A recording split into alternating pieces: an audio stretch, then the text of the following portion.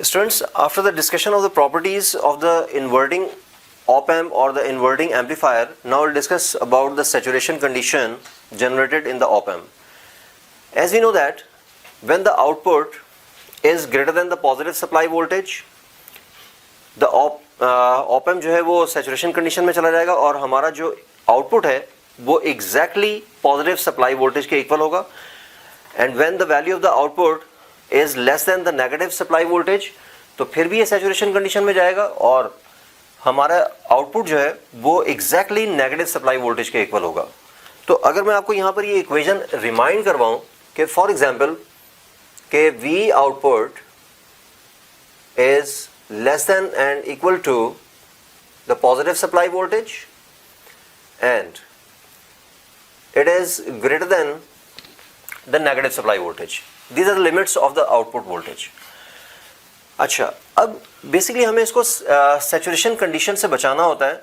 तो to prevent the saturation condition of the op-amp इन दोनों terminals के between values of the potentials हम approximately equal रखते हैं या इनका difference जो है वो almost zero के equal होता है.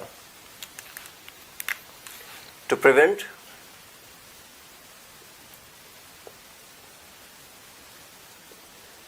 saturation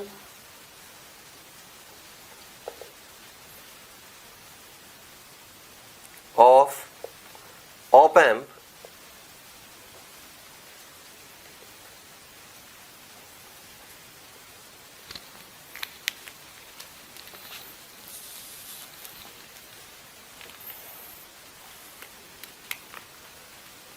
we will take here the values, that is V positive,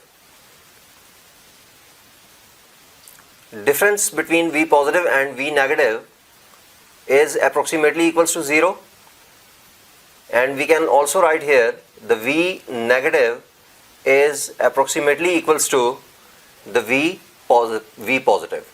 Okay students, अब यहाँ पर देखें कि current is not used as the input signal in the ideal operational amplifier. That's why we are considering here कि we are using infinite input resistance ताकि current जो है वो इसमें इन ना हो सके. तो हमें सिर्फ और सिर्फ voltages as the input signal required होते हैं. अच्छा, इसका मकसद ये हुआ कि अगर यहाँ पर सर्किट में करंट एग्जिस्ट कर भी रहा है तो वो इस जंक्शन से, इस पॉइंट P से टुवर्ड्स ऑप-एम्प मूव नहीं करेगा. दैट्स व्हाई दिस जंक्शन और the point P has a particular significance. तो यहाँ से जितना भी करंट होगा that will flow in the outward direction, means towards the output voltage or the output terminal. तो हम यहाँ पर ये कंसिडर करते हैं the current is passing through the point P towards the negative feedback towards the feedback resistance और फिर यहाँ से it will flow towards the output voltage. अब यहाँ पर ये उसी वक्त पॉसिबल हो सकता है जब आपके पास इनपुट जो है वो हाई पोटेंशियल पे हो और पॉइंट P लो पोटेंशियल पे हो. If you consider these two points just like it is a point A and it is a point B, तो अगर आप A और P को जज करेंगे तो current is flowing from point A to P. It means के point A is the high potential point and point P is the low potential point. और अगर आप point P और point B को कंपेयर करेंगे तो current is flowing from point P towards the point B.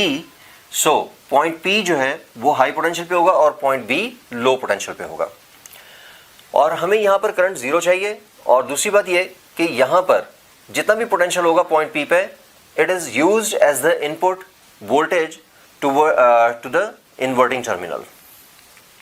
तो अब सबसे पहले हम इस पॉइंट P को जरा डिस्कस कर लेते हैं कि what is the significance of the point P. Basically this point P is called the virtual earth point. Why it is called the virtual earth point? As we have already discussed, to prevent the saturation of the op amp, इन दोनों के between difference जो है almost zero होना चाहिए और minimum to minimum होना चाहिए जितना भी पॉसिबल हो सके. तो यहाँ पर जो है आपके पास V पॉजिटिव जो है मतलब इज इक्वल टू जीरो है. तो हमें ये कोशिश करनी है कि V नेगेटिव भी ऑलमोस्ट जीरो के इक्वल हो. तो तो इसका मतलब ये हुआ कि पॉइंट पी पे भी ऑलमोस्ट जीरो पोटेंशियल होना चाहिए to prevent the saturation of the op amp.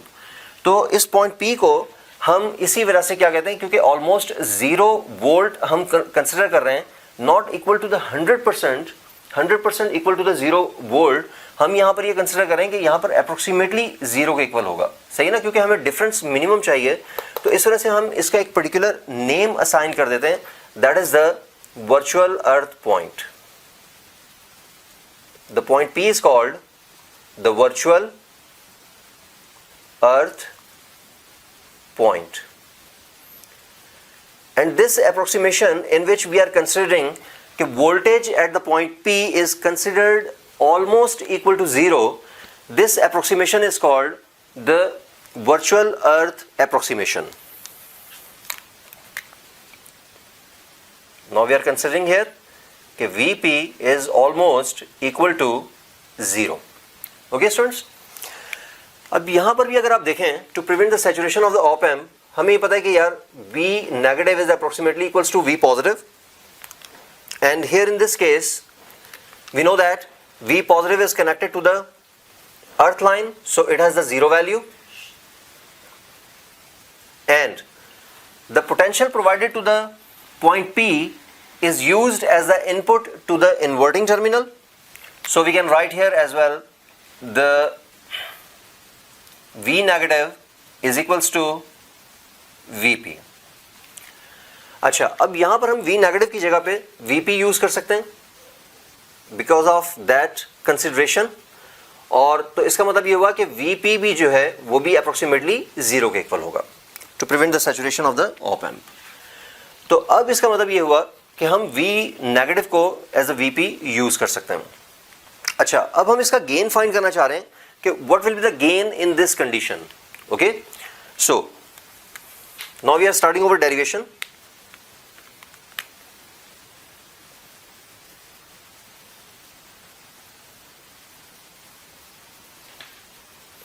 For the inverting op amp, before starting the derivation,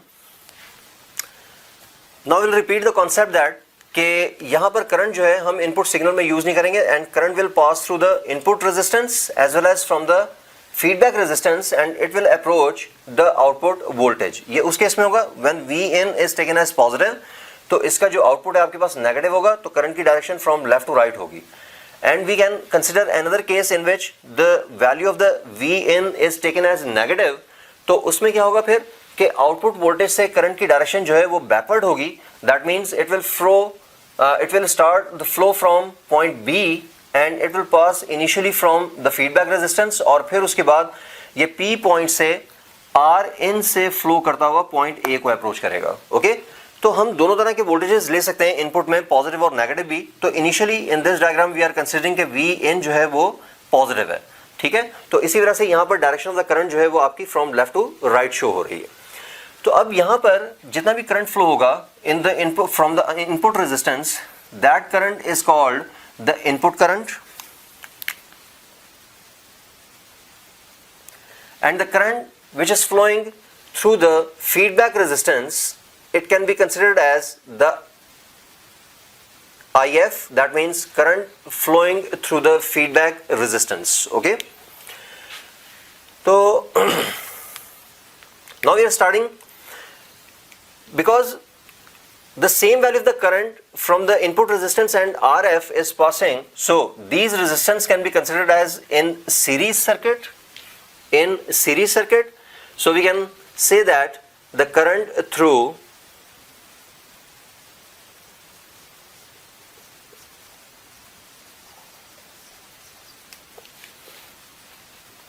Rn is equals to the current through RF.